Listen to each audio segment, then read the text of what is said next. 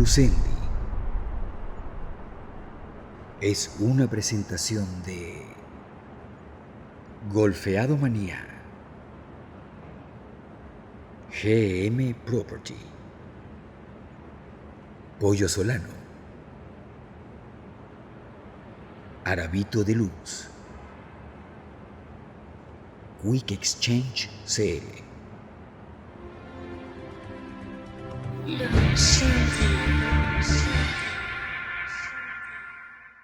Hola, ¿cómo están? Soy Lucendi, bienvenido a un capítulo más aquí en Lucendi TV, mi canal de YouTube. Y hoy tengo a mi lado una persona multifacética, un ícono de la comedia, del stand-up comedy o la comedia de pie de nuestra época entre los del 82 en adelante, para que tengan una idea más o menos. Él es actor, él es escritor, él es productor, él es comediante y es abogado y también incursionó en la política. Mira, para que digan que no es mentira, aquí lo tengo a mi lado, él es Benjamín Rauseo Rodríguez, el Conde del Guácharo. A su orden. ¿Cómo gracias. estás? Un placer. Gracias por invitarme a tu programa. A tu orden para responder cualquier pregunta, la que sea. La que sea. La que sea. Mira, yo te agradezco mucho el gesto. Sé que entre los viajes, los artistas cuando viajan, en el trajín de todo el estrés, a veces dan muy pocas entrevistas por el estrés del show. Y más que todo quieren estar un poco desconectados antes de montarse a tarima. Por eso te agradezco bastante que me hayas aceptado esta entrevista. No, realmente yo estoy muy dado a eso porque hay cosas que la gente quiere saber y de repente mucha gente primera vez que me ve conoce estas facetas de uno, porque la gente siempre cuando dice Benjamín Rauseo, el Conde del Guácharo, siempre se acuerda del sombrero de las alpargatas y las palabras malsonantes, que no son groserías. Según el diccionario de la Real Academia Española, no hay groserías, hay palabras malsonantes, depende de la cultura. Entonces, siempre me gusta decirle a la gente que dentro de ese personaje hay un ser humano que tiene los mismos problemas que tiene cualquier persona. Pues la gente piensa que nosotros como artistas estamos resueltos, y no es así. Somos seres humanos, tenemos hijos, tenemos pareja, tenemos sentimientos, tenemos tiempos malos, tiempos buenos, y al final el resultado es que la gente cuando ve al personaje no sabe lo que está por dentro, pero siempre pasan cosas. Benjamín, una pregunta que siempre he querido hacerte, porque siempre te he visto en tarima y ha sido difícil de repente acceder al artista. Has pasado la mitad de una vida haciendo reír a la gente. La gente ha sanado con la risa tuya, se ha olvidado de problemas inmensos con tu show. Sí. Pero hoy en día, Benjamín Rauseo, tienes esa alegría de la gente, la llevas tú, el público te ha hecho feliz a ti de alguna manera. Sí. ¿Ha sido recíproco esa entrega de felicidad? Claro. Yo no veo, primero que yo no veo el trabajo que hago, para mí no es un trabajo, es un placer. Yo creo que el público me devuelve a mí esa energía que yo le doy, y cada día se suman nuevos públicos, porque a partir de un programa que hice con unos muchachos en México llamado Escuela de Nada, que es un público que va de 12, 13 a 30 años, esa juventud no me conocía, ahora me conoce. Y yo trabajo en la empresa, trabajo en la oficina de abogados que tenemos. Para mí eso es trabajo, trabajar en la empresa, estar al frente de eso. Pero para mí hacer show es un placer, yo soy muy feliz, y yo sí creo que la gente me devuelve lo que yo le doy, me lo devuelve pero multiplicado, porque es como una energía. Cuando yo me pongo ahí, si viste la película Avatar, Sí. es que ellos se conectan. Yo trato cada vez que hago el show, que cuando yo digo buenas noches, cuerdas de jodedores, ese es el grito de guerra y la gente se conecta con sus recuerdos. En estos casos que estamos en estos países, se conecta con su tierra, siente que por un momento viaja en segundo, atraviesa la distancia, y porque tiene muchos recuerdos de infancia. Muchos de ustedes crecieron escuchándome. Yo fui uno. El personaje cumple ahora 38 años, tú no llegas a 38 años. Y hay dos generaciones que crecieron escuchándome, a veces obligados porque lo ponía su papá. Y entonces cuando me echan esos cuentos que de gente que se sentía deprimida, pero que metía un cassette, porque antes eran cassettes, ¿no? Mi mamá y papá compraban los discos tuyos. El long play. Sí, los discos. Sí, entonces es una historia bien bonita, porque yo creo que mucha gente ha crecido conmigo, y de los comediantes que quedan vivos, yo creo que el personaje que más trayectoria tiene es este, que tiene 38 años de fundado. Del 85. Del 85 lo sacamos como una obra de teatro, pero la gente cree que un día yo me puse unas alpargatas y un sombrero, y no, detrás de eso escribí 3 obras de teatro y El Conde del Guácharo fue un monólogo que yo escribí como tesis de grado cuando me gradué de profesor de teatro.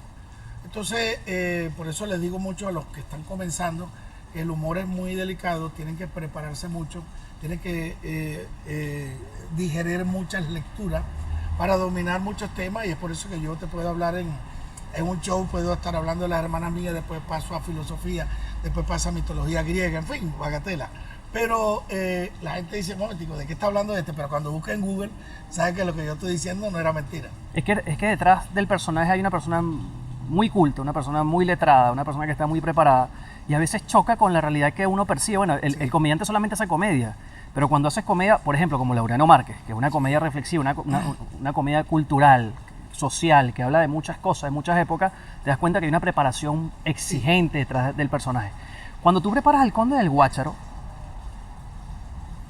Lewis Russell te guía, pule el personaje, lo crea o simplemente tú se lo llevaste y él dijo, aquí hay una mina de oro, aquí hay un... Bueno, son sus palabras. Mi profesor que murió hace tiempo ya, él me dijo, cuando yo le llevo el personaje, él me daba muchos golpes. Entonces después, años después me dijo que él me daba muchos golpes, era muy exigente porque sabía que yo podía dar más. Pues el profesor es bueno, pasa eso. Yo le llevo el personaje, él me dice, esa para esto es una mina de oro. ¿Te lo dijo así? Pero hay que pulirla. Él me dijo, con este personaje usted se va a hacer millonario. ¿Qué va a estar haciendo millonario con ese monólogo? ¿Quién va a estar viendo un show de un alpargatubo con sombrero? Y él me dijo, hágame caso, porque él pelaba los ojos así, hágame caso. Pule ese personaje que todavía le falta mucho, eso no sirve. Me decía así, no, pero era para que yo me picara. Y me dijo, cuando iba saliendo de la oficina de él, me dijo, lo voy a ver en Mercedes. El Mercedes-Benz era, por supuesto, el top of the line del estatus. ¿Qué año estábamos hablando? 84. Sí. No lo había estrenado, todavía lo estrené a comienzos del 85. Y pasa el tiempo, el personaje crece, me presento, comienzan mis presentaciones en el teatro, luego voy al pedagógico, al auditorio del pedagógico de Puerto La Cruz en El Paraíso. Los estudiantes, ahora profesores, me aupaban, me llevaban para que llevaba y no me pagaban nada, pero me brindaban el almuerzo que costaba $1, que era mucho para mí, ya meterle algo al buche. Yo estaba pasando una situación, bueno, como todo estudiante en Caracas pasamos mucha hambre. Y en Caracas no hay mango, porque por lo menos en el pueblo hay mango, ¿no? Y naranja. Y bueno, y de ahí me llevan a la Universidad Central de Venezuela y empiezo en el auditorio de los medicinas. Después fuimos a uno más grande, después fuimos a uno de 1000 y la meta de nosotros era llenar el aula magna con el personaje.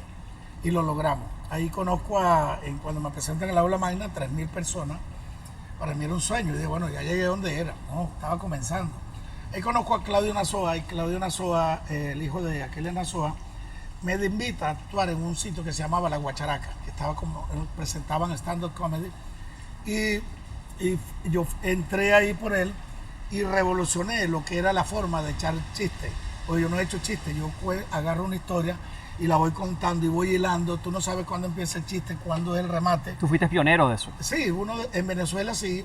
Ya en los Estados Unidos estaba dando los pasos Richard Pryor, que fue el primero que hizo stand-up comedy. Y así otros americanos, pero es el que más recuerdo de esa época. De La Guacharaca yo empecé ahí ganando poco y era el relleno, pues todos los días trabajaba 20 minutos, 30 minutos. A los 6 meses ya la orquesta de La Guacharaca era mía, porque yo siempre fui muy emprendedor.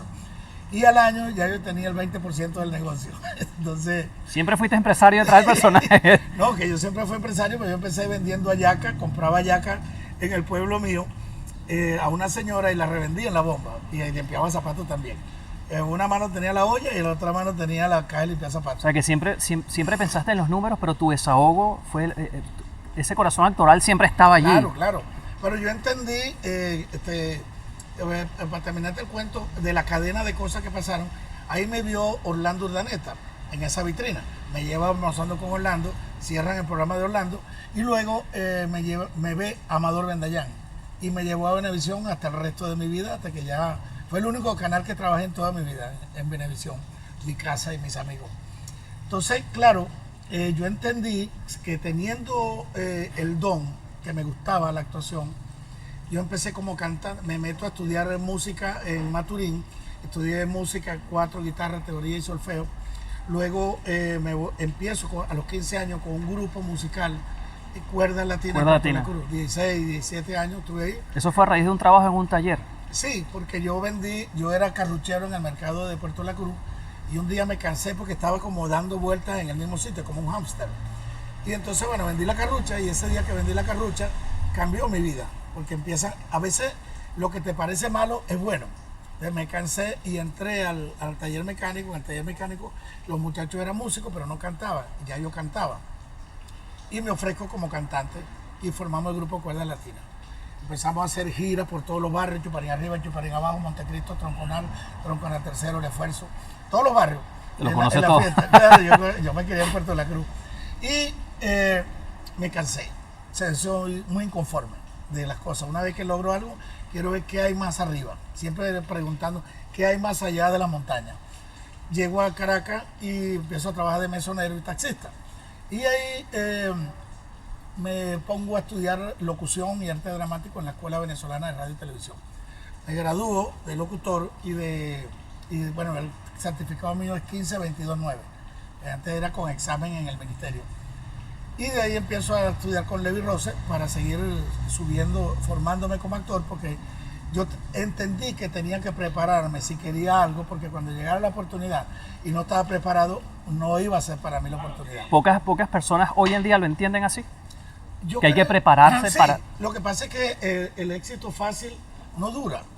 El éxito fácil es efímero si tú no tienes una preparación sólida, una base. Y bueno, en ese ir y venir, lo primero que hice fue grabé con un sello disquero mi primero long play, como tú lo dijiste. Pero entonces, por una discusión, una diferencia, ellos me pagaban un bolívar y yo quería 1.50 por disco. Porque era dinero. Era en dinero. esa época, porque Estaba yo chiquito, pero era dinero. sí, era mucho dinero. Entonces, como ellos no aceptaron, yo de rebelde fundé la empresa Guácharo Records y entonces yo mismo fabricaba mi disco y lo distribuía. Entonces, De una vez. de una vez. Obviamente que en el 87, el 88, fundo la empresa Guácharo Enterprise. Por el Enterprise, que quiere decir empresas, yo lo saqué no por empresa, por la traducción, sino por un programa de televisión que salía en los 60, se llamaba Viaje a las Estrellas. Y se llamaba, la nave se llamaba el Enterprise. Era el Star Trek. Era El Star Trek ahora, pero era el Enterprise. El Enterprise. Estos son los viajes del Enterprise. Sí, Ellos que siempre salía fuimos- Spock y sí, el... el señor Spock. Estamos viejos. Entonces, bueno, Yo estoy viejo. y de ahí, esa empresa ahora es un grupo empresarial, se llama Guácharo Grupo Empresarial, y maneja 16 empresas, entre ellas construcción, turismo, alimentos, hotelería, resort y alianza. Y ahora, más recientemente, con la pandemia, fundamos la empresa Corporación Nacional de Salud, Conde Salud, que muy pronto abre sus puertas aquí en Chile para brindarle salud al mejor precio y atención a la población venezolana. ¿Eso es primicia? Eso es primicia, porque el lunes, Eso es primicia. el próximo lunes, vamos a estar abriendo las oficinas aquí. Lo del vino lo supe una vez que viniste, que tenías proyecto de hacer Sí. lo del vino acá ahora, pero esto está estupendo. Sí, bueno, el vino surgió como una idea, porque yo quería tener un vino para tenerlo con exclusividad. Entonces dije, bueno, si voy a hacer el esfuerzo, porque duré casi un año desde que empecé las reuniones con los viñedos, pues son un poquito difíciles para entrarle, ¿no? Sí son. Pero ¿Qué cepa usaste? bueno, que se sepa. No, La bueno, Habana. sabes. No, tenemos Merlot, Cabernet Sauvignon y Sauvignon Blanc. ¿Te gusta el vino? Sí, me gusta mucho el vino porque yo tuve un maestro, uno de los dueños de la Guacharaca, se llama Benami Freeman, un judío francés. Él me enseñó mucho de las artes culinarias y de hecho mi primer viaje a los Estados Unidos fue a Nueva York con él. Entonces él agarró el animalito salvaje del pueblo y dijo, bueno, yo lo voy a formar. Y me presentó a los grandes de la gastronomía en Nueva York. Para mí fue un choque muy grande llegar a Nueva York. Además llegué en tiempo que había mucha nieve. Ok. Y yo la nieve que había visto era en raspado. En los raspados fuera del colegio. Es Esnoborro. Esno- Esnoborro. Y bueno, de ahí me di cuenta que yo no conocía nada, y de ahí se me sembró eso de estar leyendo la filosofía, la literatura universal, la historia universal, la geografía. Y cada vez que aprendo y la gente dice, bueno, que tú estás muy bien formado, no. Cada vez que tú aprendes, te das cuenta Que falta no más. sabes nada. Que falta más. Entonces, cuando te vas a los filósofos griegos, Sócrates decía, lo único que yo sé es que no sé nada. Y como sé que no sé nada, sé un poquito. Es lo único que él sabía. En la medida que vas aprendiendo, te das cuenta que no sabes nada y que la sabiduría es infinita. Nunca te cansas de saber. Benjamín, yo quiero hacer un paréntesis en algo que tú dices, porque yo conozco de alguna manera tu trayectoria. De hecho, te quiero hacer una pregunta ahora un poquito más adelante sobre cierto público. Pero hay una frase que tú dices y que a mí me impacta mucho, porque lo voy a tomar de manera simbólica. Siento que hay un antes y un después. Siento que hay un punto de inflexión entre Benjamín y el Conde del Guácharo y todo lo que te has convertido. Y creo que esto sería un ejemplo para muchos para dar un paso. A mí me pasó en una entrevista. Por una entrevista fue que yo di ese paso de alguna manera, de abandonar el trabajo y dedicarme a esto. Porque hubo alguien que me sentó y me dijo, esto es así, y fue después de una entrevista. Y tú tienes algo muy particular en tu relato, que es la carrucha. Sí. Todo lo que Benjamín es hoy en día y representa, no simplemente fue por la venta de una carrucha, sino fue porque ahí tú decidiste de dar el paso y salir, voy a dejar esto atrás. Algo que estás amarrado, te aferras, te duelen las manos de no soltarlo porque es la seguridad de alguna manera, pero soltaste y avanzaste.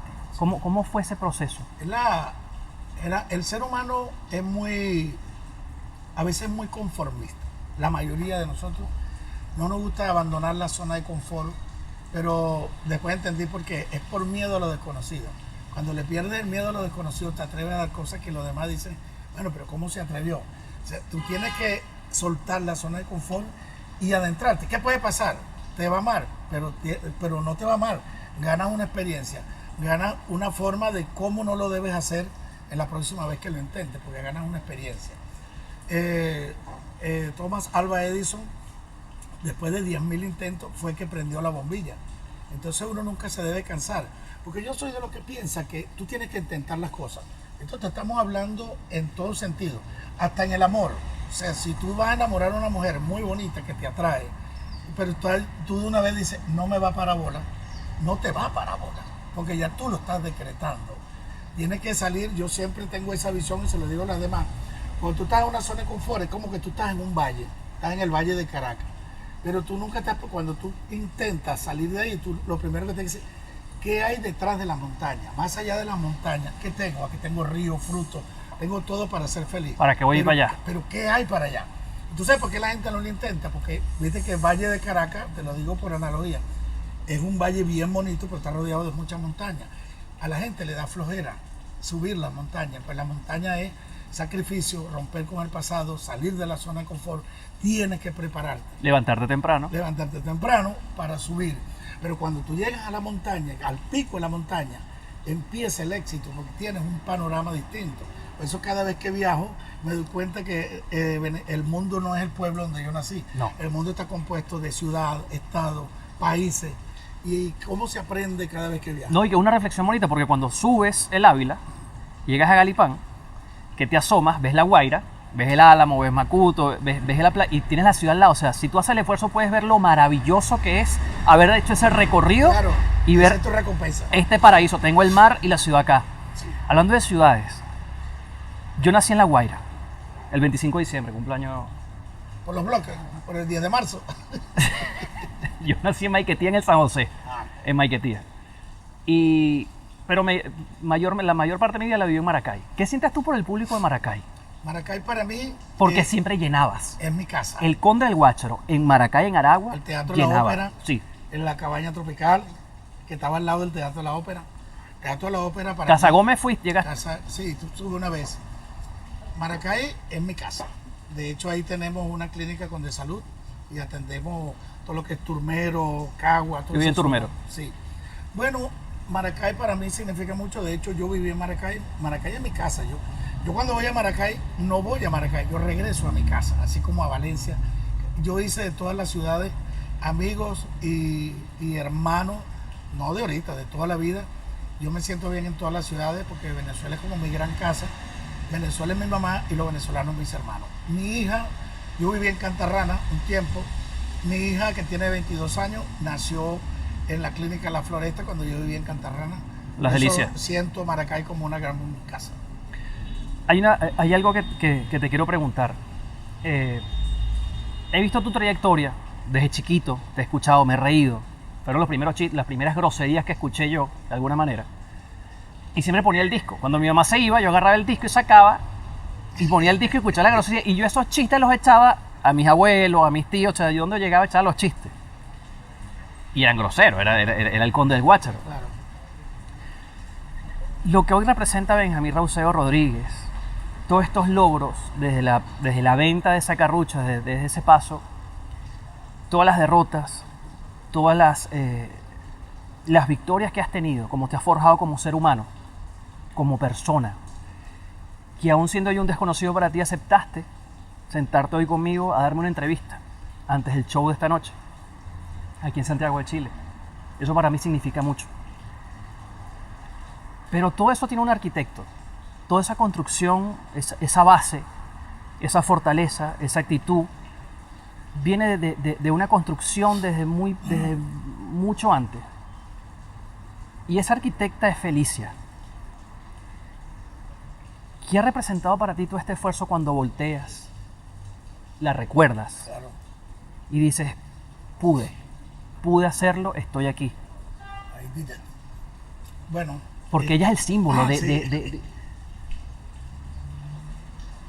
Bueno, quiero decirle a tu audiencia que lo que yo soy ahora es el resultado de muchos fracasos. Y a mí no me da pena decirlo.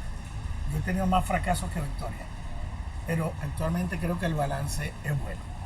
Yo siempre le digo a la gente, no le teman al fracaso porque nadie fracasa. Es solamente un intento fallido. Te enseña a levantarte. Claro, mientras más fracasa, el empresario o la persona pues, en general que no haya fracasado en su vida, no ha hecho nada.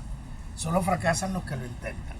Esta frase, no sé si existe, pero me salió del corazón. La tengo grabada. Solo fracasan los que lo intentan. Más nadie, porque si tú no quieres fracasar, no hagas nada. No te muevas de tu casa. Actualmente yo terminé un guión que lo estoy puliendo. Arriba tengo el borrador de una película. Todas las películas que yo he hecho las escribo yo, ¿no?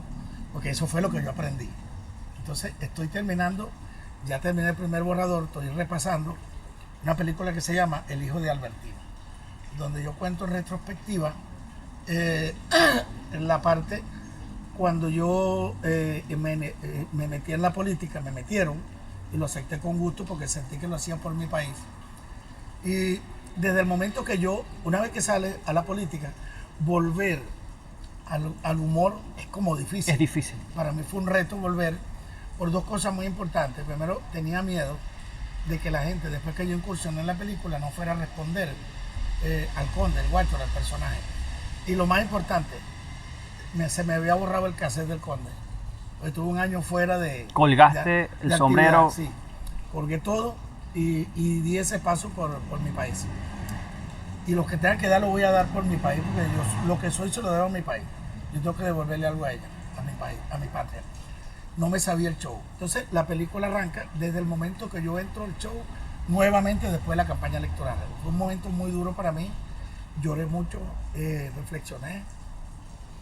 Y la película empieza en el momento que yo entro a dar el show después en la reinserción a la atmósfera, después de estar en el espacio, ¿no? Es un choque.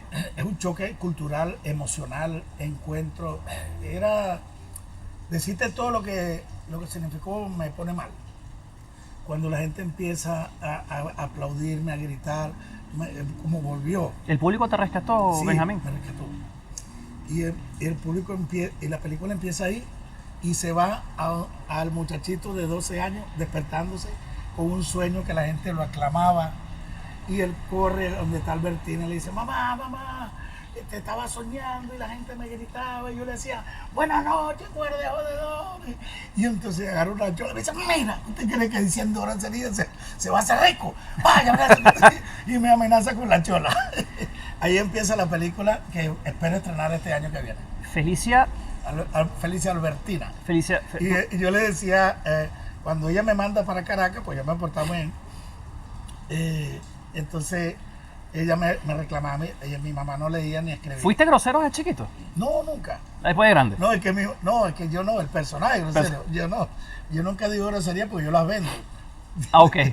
Generalmente no digo grosería en ninguna conversación, a menos que estemos de pana. Entonces, mi mamá siempre, ella no leía ni escribía, pero me enseñó modales, valores, principios. Y entonces cuando ella me está despidiendo en el autobús, que me manda para casa de mi hermana, con Braulio, el chofer, que me encarga, me lo lleva para allá. Entonces, todos mis amiguitos de limpiar zapatos y todo, de la bomba, me despiden. Entonces, ella me dice, y ya sabe. Entonces, todos los muchachitos, respeto a los mayores, respeto a las cosas cartilla, ajenas. la cartilla. Cuidado, pues. Porque eran valores y principios que yo quiero que se rescaten en toda la familia venezolana. Benjamín, tú le dejaste... Bueno, y te decía por eso que es muy importante. Y vuelvo a cerrar el ciclo que comenzó con tu pregunta. Yo le decía a ella, mamá, no se preocupe que yo siempre voy a ser un digno hijo de Albertina. Tienes que ser digno de tus padres, así no estén. Eso fue lo que te dijo tu mamá en ese momento. Siempre tengo que ser un digno, que ella se sienta orgullosa de mí, esté donde esté. ¿Sientes que tu mamá sigue contigo? Claro. Y yo creo que he sido muy egoísta porque creo que no le he dejado ir. Siempre está conmigo. ¿Estás aferrado a tu mamá? Sí. La perdí muy joven. Yo tendría como 15 años más o menos. 14, 15 años. ¿Tú le dejaste un vestigio a tu mamá, un síntoma del éxito que ibas a tener hoy en día, Benjamín? Me escuchó, Tu mamá... me escuchó en la radio nada más. Cuando yo cantaba en la radio, un programa aficionado que se llama Estrellas Juveniles. Y yo componía las canciones y las cantábamos con el grupo en la radio. Y entonces, cuando ella me escuchó en la radio, ella dijo, mi hijo va a ser famoso. ¿Tú escuchaste Y eso? después de eso murió. No en ese día, pero en esos días para mí fue ¿Qué canción escuchó, Benjamín? Bueno, yo le escribí La Pata Pelada. Esa fue la primera. Decía, con la pata pelada, con la pata pelada, lo bailan arriba y en Cumaná, todo el mundo anda con la pata pelada, una cosa así.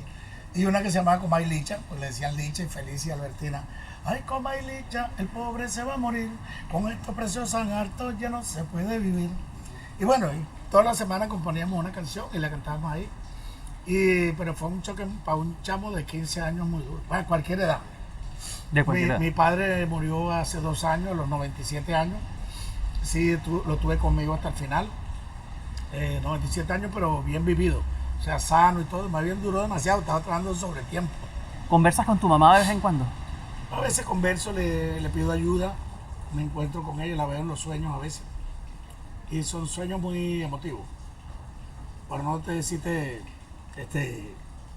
ser un maricoteo. No. Soy muy sensible con ese tema. El hablar con tu mamá, el sentir que hoy en día le muestras, mamá, mira lo que hice, Sí. lo logré. En ese momento que me escuchaste, que lo dijiste, lo logré. No, ya yo hablo con ella eso antes, pero cuando... ¿Estás en paz contigo mismo en este momento? Sí, cuando se me tranca el serrucho, es que converso, tengo un retrato de ella que lo saqué de la cédula, pues no tengo foto de ella, sino que rescatamos la cédula y con eso un artista me hizo una pintura. Y el otro día, tú sabes que hay una aplicación que yo no la conocía. Que se mueven las Que fotos. se mueve la foto. Es horrible. No, para mí fue... Yo vi a mi abuelo... Mi hijo me lo envió. Y entonces... ¿Qué fue un sentiste? choque. Yo pensé que era... O sea, que era yo. Y entonces yo, momentico, ¿qué es esto? Entonces me sonreí. Yo, pues, más nunca la vi. De verdad No, que- no, yo no. A mí me pasó con mi abuelo. Fue un choque muy duro.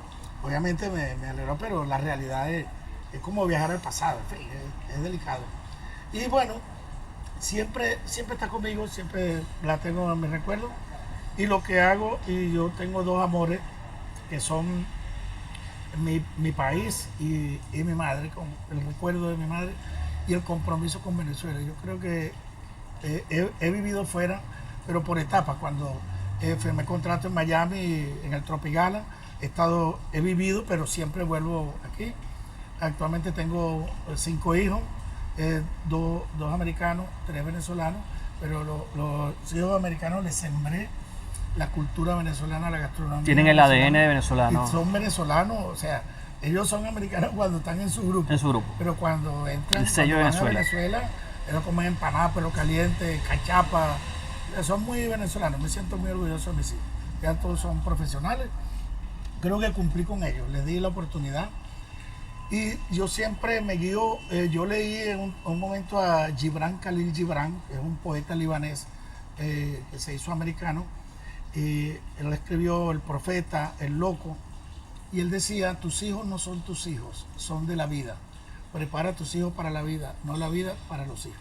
Como dicen, los hijos son prestados. Sí, son una etapa de tu vida que ya ellos hacen su vida y listo. Ya llega un momento que, mira, yo los acompaño hasta aquí, los apoyo moralmente y con mi cariño, pero ustedes tienen que sufrir sus propias experiencias, vivir sus propias aventuras para formarse como ser humano, porque un día yo me voy y ellos no van a estar en la sala mía. Por eso que yo he hecho un chiste que digo, cuando mis hijos preguntan qué dejó papá, de existir. Más nada. Todo lo demás, porque el dinero vale cuando lo disfrutas y lo gastas, no cuando lo tienes guardado. Eso que dijiste de cuando te vayas, que espero que no sea... No estoy apurado. No pero si estás Dios me apurado. llama, estoy prestado. No, espérate. Vamos a aguantarnos un poco, que quedan muchos shows.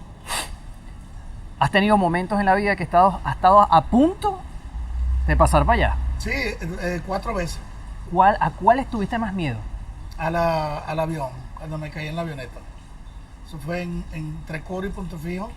Tuvimos, nos estrellamos. Gracias a Dios no hubo muertos. Heridos sí, de hecho yo tengo, no se me ve porque el pelo mío es chicharrón entre la cara y todo eso. Tengo como 140 puntos. Se me desprendió el ojo, golpes por todos lados, sangrentado. Pero esa fue la que le tuve más cerca. Los demás fueron, yo soy hipertenso, me han hecho cateterismo, me han dado 3 crisis hipertensivas. Pero yo creo que ser hipertenso es lo que me lleva a estar siempre tan acelerado, tan activo. Sí. ¿Qué te dejó la política? Porque fue muy extraño. De alguna manera, quienes vimos nosotros en política y comedia era Reina Tolino, o sea, de animación y todo esto. Pero ver al Conde del Guácharo, aquel empresario, abogado, escritor, sumarse a la política era como meterse a nadar en un pozo de caimanes. Y los vi. Eso me dejó una gran experiencia. Me inscribí en la historia de ser el primer comediante que postula su nombre a la candidatura. No tenía experiencia, ahora sí la tengo. Y mi guía, en realidad, en ese nivel, fue y sigue siendo Renio Tolina, a quien admiro por su formación. Y ahorita quiero que veas algunas cosas de Renio Tolina, que quienes más lo atacaron fueron los periodistas, los medios de televisión, lo atacaron mucho. Pero entendí por qué, pues los medios eran manejados por políticos. Entonces, quienes más, que decía, cuando usted escucha en retrospectiva, Renio tenía 40 años, era un chamo. Está joven. 40 años. La formación cultural que tenía Renio Tolina era una cosa adelantada a su tiempo. Pero a los políticos tradicionales no les conviene, porque a ellos no les interesa el país, sino a los políticos de aquella época, y actualmente lo que interesa es el dinero, no el país. Entonces la pregunta que yo le hago a los políticos, ¿quieres país o quieres dinero? Porque yo con país hago dinero legalmente y decentemente. ¿Y qué me dejó? Un gran aprendizaje y el gustico por la política, porque nunca, después que te metes en la política, no te sale. A lo mejor hoy, tú me preguntas, te digo, no sé, lo puedo pensar. ¿Volverías? Sí, pero si el destino quiere que yo sea uno de los hombres que queremos este país y que a través de la política podamos cambiar el país, yo me sumo a ese grupo de venezolanos que quiera rescatar el país del pozo donde está metido. ¿Qué es lo bueno de estar en un pozo? Es lo único que te quede para arriba, porque más abajo no podemos estar. Pero yo no creo en un líder, yo creo en un líder de líderes, un líder capaz de unificar a todos los líderes, porque ya no hay un solo líder, hay líderes motorizados, líderes mesoneros, líderes ingenieros. Todos esos líderes, si tú le das un mensaje, una sola guía y decimos, mira, para allá es que vamos, como decía René, para allá es que se construye el país. Yo creo que nosotros podemos darle un vuelco, y el vuelco no va a venir de los políticos tradicionales, sino de hombres y mujeres emergentes que digan, ya está bueno, vamos a darle la oportunidad al país de que escuche otra propuesta. ¿Crees que eso te jugó en contra políticamente y no humanamente? Porque el entrar no viciado, el entrar con esa visión de futuro, de país, sí, de ampliar, de unión, jugó en contra para lo que estaba en ese momento, que no querían. Claro, porque es como ver un cisne negro. La gente, epa, ¿de dónde? Además, yo hablo distinto. Y mucha gente tomó la candidatura tan en broma que ni siquiera leyeron el programa de gobierno que yo hice. O sea, el programa de gobierno mío en aquella época era avanzado. Ahora tengo mejores propuestas. Y que lo estaba haciendo un gerente exitoso. Tiene que ver al país desde una óptica empresarial. Mira, si tú me dirías qué haríamos ahora, primero, buscar a los mejores economistas, buscar a los mejores legisladores, crear nuevas leyes, sacar leyes que ya están caducas, adaptar al país, mostrarle, por lo menos el doctorado que yo hice en educación, duré 2 años para terminarlo, la tesis mía fue educación productiva, educación bilingüe y bachillerato técnico. O sea, que tú sales bachiller TCU. O sea, sería un avance grande porque no todo el mundo quiere ser médico, no todo el mundo quiere ser abogado.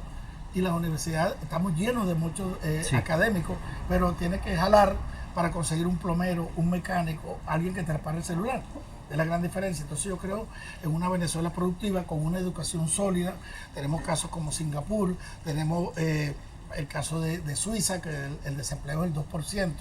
Y ellos usan mucho a John Maynard Keynes, que fue un economista del principio del siglo pasado, que él hablaba de que el Estado debe intervenir. Yo creo que ni mucho Keynes, ni mucho Hayek, que es la escuela austríaca, que es la que propugna el libre mercado. Yo creo que todas las escuelas dicen algo para los países y nosotros tenemos que adaptar lo que funciona en otros países, tropicalizarlo, adaptarlo a nuestro gentilicio. Hay quienes no les interesa que el pueblo... No, a mí sí me interesa porque hay gente que los políticos de ahora ven a la gente, al pueblo. Yo quiero que la gente no piense como pueblo, sino como ciudadano. Para eso tienes que educarlo. Para educarlo tienes que tener estructura e infraestructura acorde, con unos profesores bien pagados, alumnos bien alimentados, no solamente en el estómago, sino en la mente, en el deporte y en las artes. Esa es la escuela que yo propongo. Cuando un chamo llega a sexto grado y es bilingüe, ya es otro ser humano. Y a su manera de pensar le da un aire de autosuficiencia. Y encima hablas un idioma. Y encima tienes una profesión técnica. Lo que llega a la universidad es puro crema, papá. ¿Qué diferencia? Y formamos, con esto concluyo, ¿por qué a los políticos no les interesa un ciudadano? Porque un ciudadano sabe que tiene deberes y muchos derechos. Y cuando tú tienes una buena educación, se produce lo que llama el pensamiento crítico. Cuando tú tienes pensamiento crítico, tú te formas tus propias opiniones en base a la información que tú adquieres. Y a los políticos no les interesa que haya un pensamiento crítico, sino una gente que vaya a votar a cambio de una dádiva, a cambio de una bolsa de comida.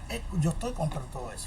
¿Qué diferencia de donde estamos a donde estaríamos con una mente brillante como la tuya al manejo de un país tan rico geográficamente como Venezuela?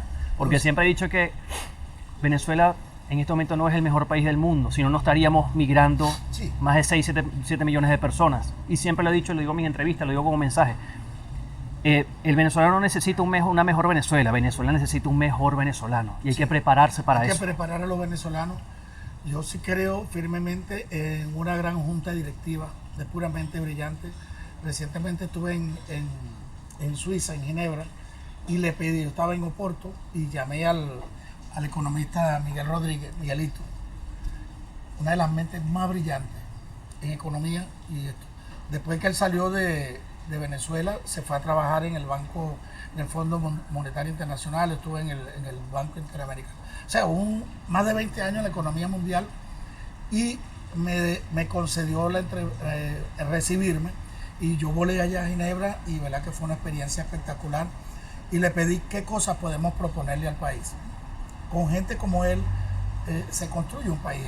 Hay muchos venezolanos en todas partes que se han formado y quieren regresar, devolverle a Venezuela un poquito, porque todas esas mentes le deben a Venezuela. Todos los grandes, todos esos venezolanos que han triunfado quieren devolverle a Venezuela un poquito.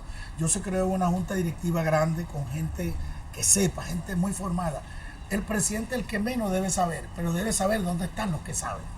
Hablé así mismo en España, me reuní con Humberto Calderón Berti, que fue presidente de la OPEP, un venezolano brillante, porque nosotros sí estamos endeudados, tenemos problemas, pero tenemos cómo salir. Hay cómo salir. Porque todavía queda mucha reserva moral en Venezuela y quedan muchos recursos naturales por rescatar. Sí salimos de esto. Benjamín, la esperanza es peligrosa. Sí. La esperanza en un país como Venezuela es muy peligrosa. ¿Tú aún tienes la esperanza? Sí. Cuando se usa la esperanza para jugar con el venezolano es peligrosa, pero la esperanza es el combustible que nos hace mover. La esperanza, según en el cuento de la mitología griega, a Pandora le regalaron una caja y le dijeron que no la abriera.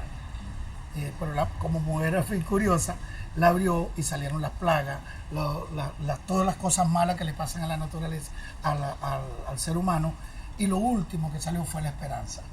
O sea que no todo está perdido. Yo sí creo en Venezuela y si no tuviera esperanza, no regresaría a proponer cosas. La sociedad venezolana, la cultura venezolana está en una etapa decadente muy grande. Hay cosas que no se hablan, pero están ahí, sí. Es tácita. Ese problema es tácita.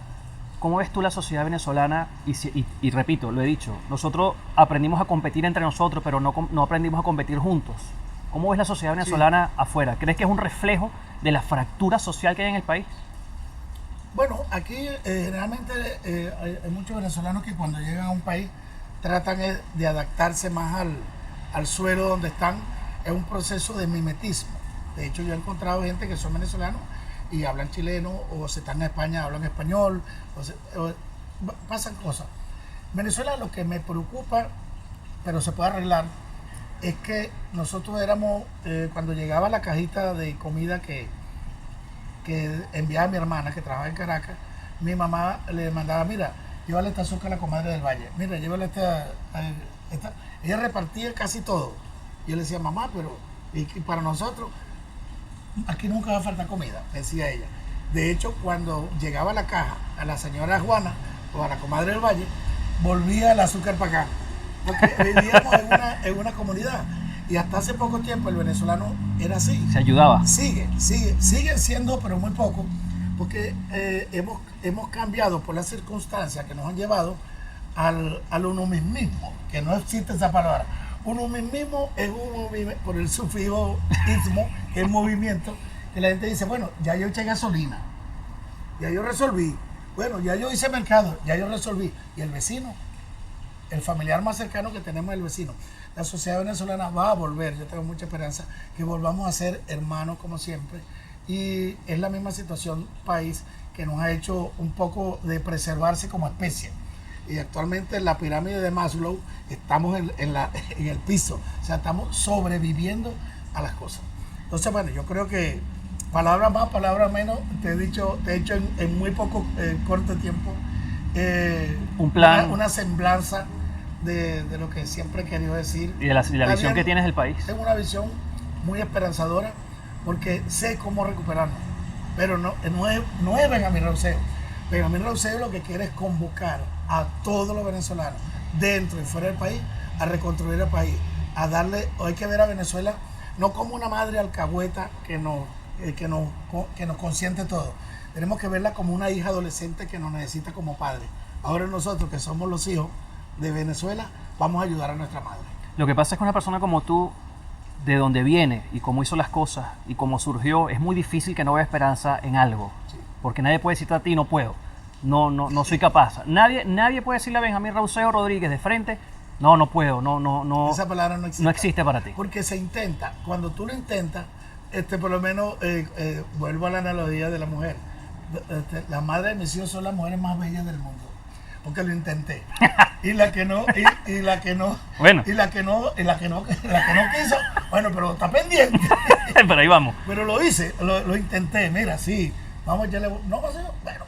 Benjamín, unas palabras, un mensaje para toda la comunidad venezolana. Bueno, a toda la comunidad venezolana le reitero mi cariño, mi amor fraternal, y agradezco todo el cariño y el amor que me expresan cada vez que vengo, porque sé que es sincero. Sé que les traigo un poquito de Venezuela, hay una mezcla de alegría, tristeza, nostalgia, y al final que no pierdan la esperanza. Todos los días sueñen con la esperanza, porque como decía el hijo de Alejandro Magno, que era hijo de Filipo II de Macedonia, todo pasa, menos la bola. Gracias. Benjamín. Gracias. Este estrechón de mano, quiero que sepan que le estoy dando la mano a la historia, a una de las épocas más bonitas cuando éramos país, a Venezuela. Le estoy dando la mano al mismo tiempo a muchos artistas que han pasado en esa estrechez, al sacrificio, a tu esfuerzo. Para mí es un honor que me hayas tomado en cuenta y decirme si esta entrevista a un desconocido, porque, No, pero te conoce el gordo. bueno, me conoce. Bueno, no eres desconocido. No soy desconocido. Desconocido cuando nadie te conoce. Pero de verdad que tu temple sirve mucho. Siempre he dicho que este tipo de entrevistas para mí son una terapia de vida porque aprendo. No es entrevistar por farándula, sino que yo saco aprendizajes, saco herramientas de personas como tú para enfrentar lo que me queda de vida. Gracias, Gracias enormemente por esto. Gracias por la oportunidad. Voy a estar pendiente para repostearlo en mi canal, el Conde Rewatcher, un canal oficial. Ya sabes. Bueno, yo me despido. Gracias a la gente de producción, aquí en el Hotel Kennedy en Santiago de Chile. Gracias por esta oportunidad, de verdad. Nos vemos dentro de muy poco en un próximo programa. Ya saben, soy Lucendi desde aquí de Santiago de Chile. Quédense por aquí, se suscriben, le dan manito arriba aquí con Benjamín Rauseo Rodríguez, el Conde de Rewatcher. Hasta luego. Con Roseo me resteo. Lucendi es una presentación de Golfeado Manía, GM Property, Pollo Solano, Arabito de Luz, Quick Exchange CL. Lucendi.